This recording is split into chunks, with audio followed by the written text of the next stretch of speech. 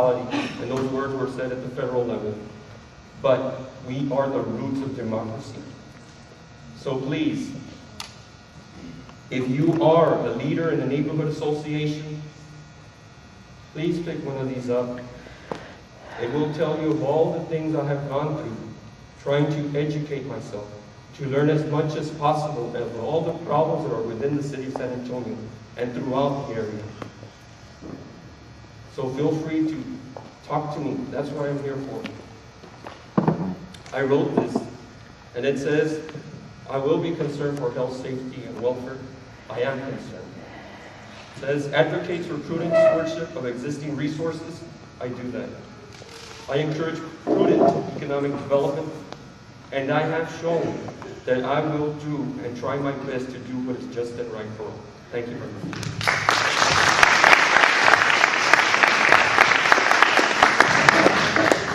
All right, thank you very much. And our next candidate for Mayor of City of San Antonio is Rhett Smith. Thank you. Thank you, Mr. Candidates.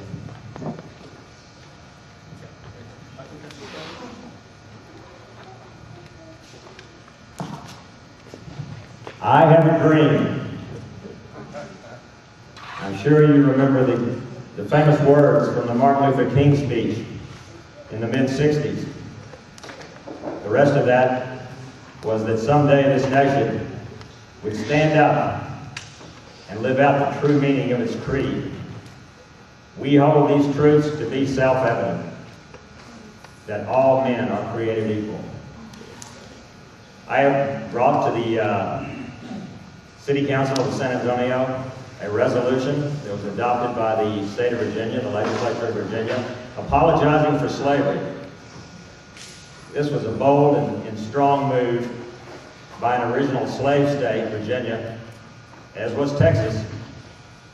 They are the first state to adopt this resolution. The resolution also apologized for the treatment of Native Americans. I brought that to the City Council about 2 weeks ago during the City Council meeting, and I will bring it back every week. I would like for our city and our state to join the state of Virginia in apologizing for slavery. When we want to build civil rights and human rights and rights for immigrants, these are the founding principles of the United States of America. We are all Americans, and we want the best principles for all Americans, for all people that come to this land, and that's the principles that we will fight for every day, even when others stumble. It's hard to fight for those principles. We've talked about the needs of this city. Perhaps you know that I was a candidate for governor of Texas 1 year ago. I ran in the Republican Party primary, the same primary that Rick Perry ran in. We did not get the votes in that primary, but we did file a civil rights claim against several of the officials that conducted that primary. But more importantly, we need to bring the initiative and the foresight to ask the federal government to invest $70 billion, the money that we need to develop the international border with Estados Unidos de Mexico. Thank you.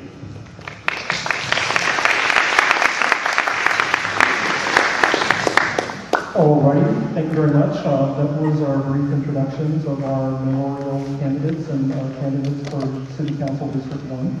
Next, we're going to go into a question and answer session. Does anyone ever have any other? Ask the next person the first, and I would propose that we use 1 minute for the primary question, and then each one would have 30 seconds to comment or give a response. Okay, we'll work with that format and see That way we'll get some more questions, hopefully. All righty. Okay, so then I'll pass the microphone here. I'm sorry for I'm trying not to make it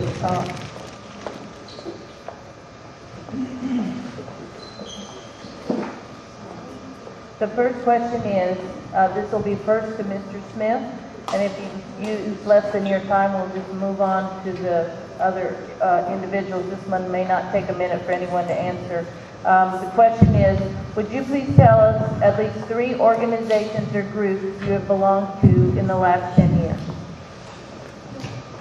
Okay, number one that comes to mind is the League of United Latin American Citizens. I believe this is one of the oldest and most important civil rights organizations in the entire United States. And I am so proud that to join with them in asking for a temporary moratorium on deportations and to call attention to the detention centers, many of which of the detention centers are here in the state of Texas, where very young children, some very young, are being detained with their parents, waiting for some resolution of their deportation status. It is very important that our national government step up to the plate on civil rights and human rights.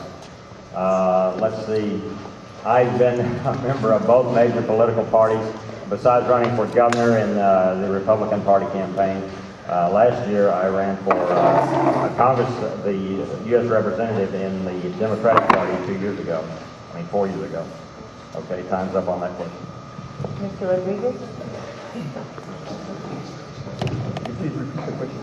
The question is, would you tell us of 3 organizations or groups you belong to in the last 10 years? In the last 10 years, what I went ahead and did was I saw the needs in my community. So I co-founded and initiated and spearheaded a neighborhood association. It's called the Loma Vista Neighborhood Association. But because of these, signing the dotted line, I have had to resign from a lot of organizations.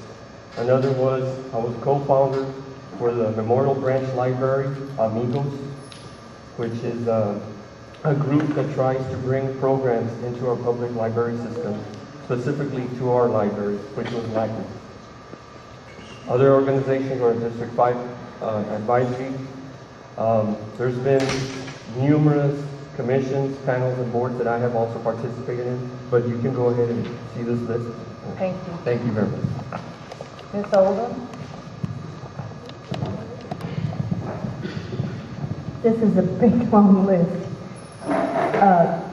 I have belonged to the Homeowners Taxpayers Association way back when it first started.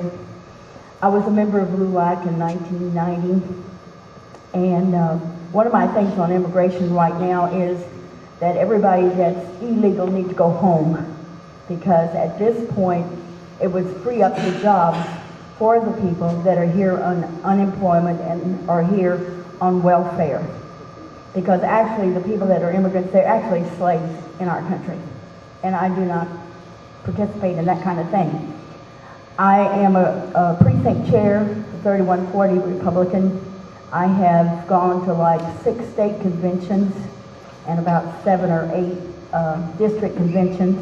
I'm very active. The President of the United States knows who I am. I'm a certified personnel consultant. I'm a private investigator. I'm a member of the Texas Criminal Defense Lawyers. And I don't know what else you need, but Thank you. Mr. McCurdy? Yes, ma'am. I'm a member of the Chamber of Commerce. I'm a member of the Hispanic Chamber of Commerce. I'm the pastor of Bethlehem Church in San Antonio. Thank you. Thank you. Mr. Griffin? Can everyone still hear me?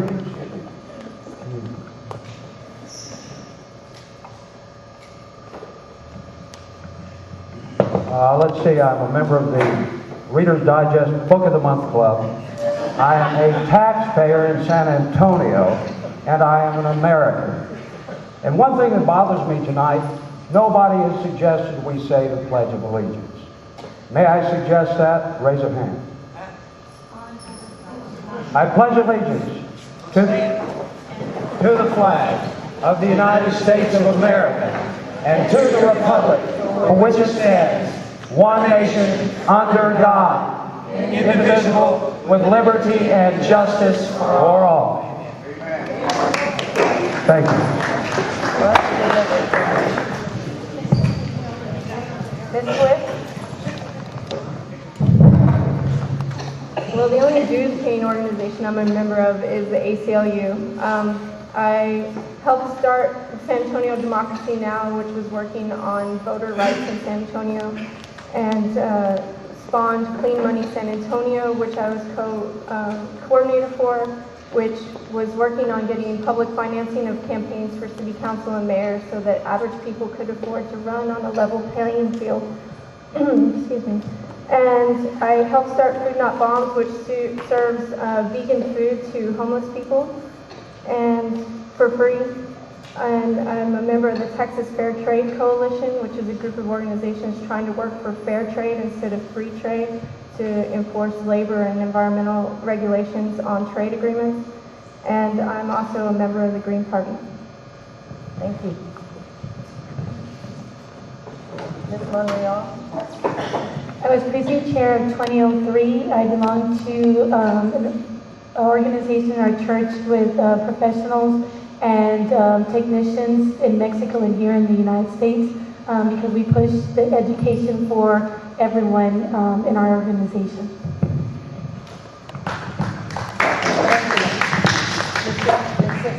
Yes, thank you.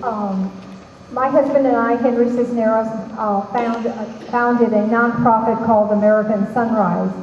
And it is our little organization that we tutor our children from our neighborhood that speak Spanish and sometimes have a difficult time adjusting to the English language at school. And instead of complaining about it, we decided we would help them and assist the families. And so they come to our learning center and we help them with their homework, we help them with the English language, and we also help the families find housing. And so we take older homes in the neighborhood, we buy them as the nonprofit American Sunrise does, rehab them, and then turn around and sell them to a family so they can have the American dream of owning their own home, paying their taxes to the city, and becoming a strong citizen. So instead of complaining about certain individuals in our neighborhood and our schools and the teachers not doing enough, we decided we would do it from our own right and in our own organization. I'm also a member of the Democratic Bexar County Democratic Party. Thank you very much. And we'll go on to the next question. We'll start with Mr. Rodriguez and then ask the others.